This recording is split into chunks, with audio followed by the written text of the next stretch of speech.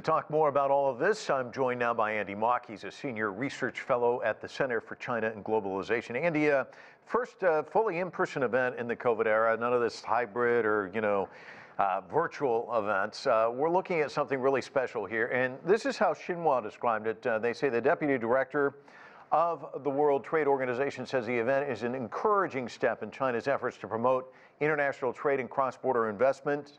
It's just another example of China saying we're open for business. Give us an idea of just how important this is. Well, thanks for having me, Mike. And I think that absolutely is correct, that this marks an important milestone in China's increasing integration with the world, and that this provides truly historic opportunities for businesses all around the world, as well as, I think, very exciting opportunities for consumers in China to enjoy some of the best the world has to offer. Clearly, business diplomacy requires face-to-face interactions, so I think having a fully in-person event is incredibly valuable. What's the potential impact on China's economy, do you think?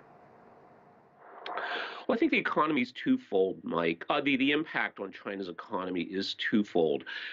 From a quantitative perspective, of course, as more businesses invest, sell in China, that's good for the Chinese economy. That's good for the top line and the bottom line for those businesses.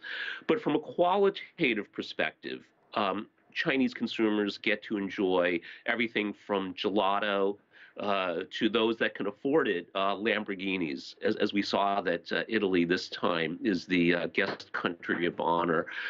So I would not discount that as well. We focus a lot on the numbers, and they are important. But in terms of having a more fulfilling life, to appreciate just the diversity of this world, having a greater choice of consumer products for people in China, I think is very, very valuable. Yeah, I think I'm going to stick in the gelato category. I would like the Lamborghini, but I think it's above my pay grade. Let's talk about what a big deal this is, extending it out, because you've got thousands of brands, 65 different countries and regions involved in all of this. We've seen a lot of countries struggling to really emerge from the pandemic economically. Now, the International Monetary Fund says economic growth will stay below 3% this year. It's going to hover around that for the next 5 years globally. When we're looking at the global economic growth, of course, China looking at a much bigger growth margin this year. Can this give a boost to the global economy as well, do you think? I think this absolutely will be a boost to the global economy, Mike. A few months ago, Ray Dalio, the legendary investor and founder of Bridgewater Associates, the world's largest hedge fund, spoke at our think tank. And the way he described it was that there's a lot of challenges the world is facing economically. But he, at the time, said he saw China as an island of stability.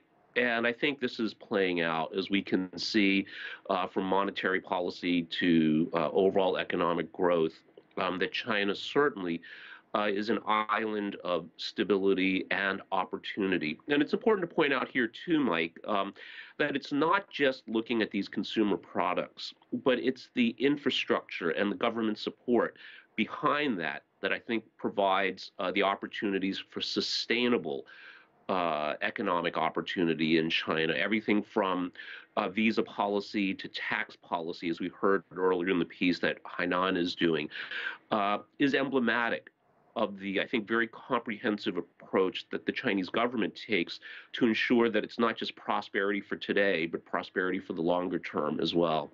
And it's so interesting hearing this concept of turning foreign exhibitors into foreign investors. And as you said, these face-to-face conversations can lead to that. What do you see coming out of this in that regard? Well, certainly when we look at the location of Hainan, it is very close to important markets, important suppliers in Southeast Asia, and with the Regional Comprehensive Economic Partnership.